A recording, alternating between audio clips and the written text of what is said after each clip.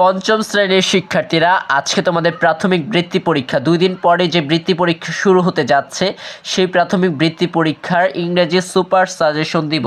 আজকে আমরা ইংরেজি সুপার সাজেশন দিব ইনশাআল্লাহ।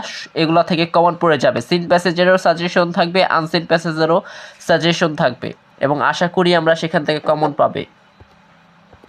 আমি শতভাগ আশা করি তোমাদের সব কিছু কমন পড়বে, এবং আমি শতভাগ আশা করি ইনশাআল্লাহ সব কিছু কমন পড়বে।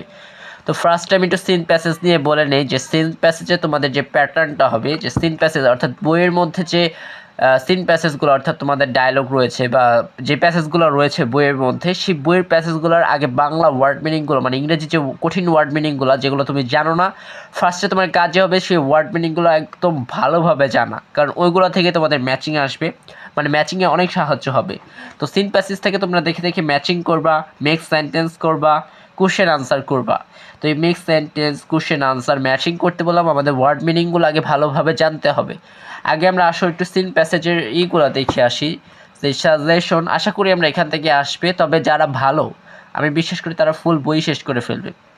তবুও এগুলো থেকে আসার সম্ভাবনা সবচেয়ে বেশি। 1 নম্বরে যেটা রয়েছে মাই হোম ডিস্ট্রিক্ট, এটা সবচেয়ে ইম্পর্টেন্ট একটাই।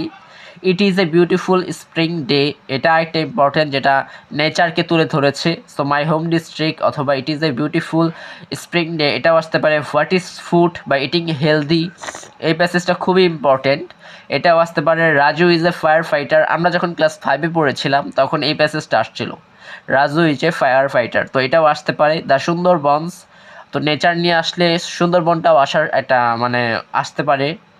এবং one day a hare and tortoise, a person birthday বা হেয়ার অ্যান্ড টর্টয়েজের যে প্যাসেজটায়, মোটামুটি এগুলো পড়লে ইনশাল্লাহ সিন প্যাসেজ কমন পাওয়ার সম্ভাবনা অনেকটাই চলে আসে। একদম শিওরলি আমরা কোনোটাই বলতে পারি না, যারাই সাজেশন দেয় কেউ শিওরতে বলতে পারে না কোনটা আসবে, তবে শতভাগ বর্তমান পরিস্থিতি বিবেচনা করে এগুলোই আসার সম্ভাবনা শতভাগ আশা করি আমরা। তবে আমরা পুরো বইটাই পড়ে যাব, এগুলো একটু বেশি ইফেক্ট দিয়ে পড়বো, ঠিক আছে?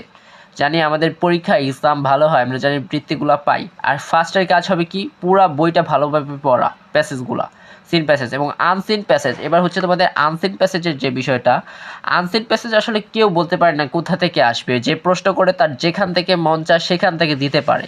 তো আনসিন প্যাসেজের আসলে ওইভাবে সাজেশন হয় না, তবুও বর্তমান পরিস্থিতি বিবেচনা করে আমরা কয়েকটা রেখেছি, সেগুলো তোমাকে দিচ্ছি। এগুলো আসতে পারে, নাও আসতে পারে, তবে নাও আসলেও কোনো সমস্যা নেই। এগুলো যদি তুমি চর্চা করো, যেখান থেকে দেখ না ইনশাল্লাহ পেরে যাবা, কারণ এগুলো এমনভাবেই প্যাসেজগুলো তৈরি করা হয়েছে। তো আনসিন প্যাসেজের ক্ষেত্রে যেই প্যাসেজগুলো ইম্পর্টেন্ট, দ্য থ্রি স্ট্রিক ক্রো, এটা তৃষ্ণাত্ম যে কাক সেটা দিয়ে আসতে পারে। ভ্যালু অফ টাইম, সময়ের মূল্য।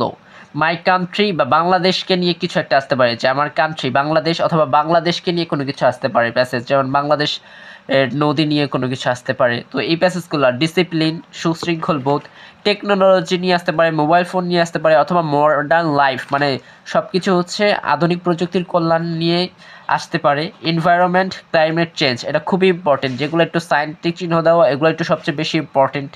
তো এগুলো মোটামুটি যদি আনসিন প্যাসেজ পড়ে যাও, আশা করা যায় যে যেখান থেকে দেখ না কেন এগুলো যদি সলভ করতে পারো তাহলে সবই পারবা, কারণ ওইগুলা এভাবেই তৈরি করা হয়েছে।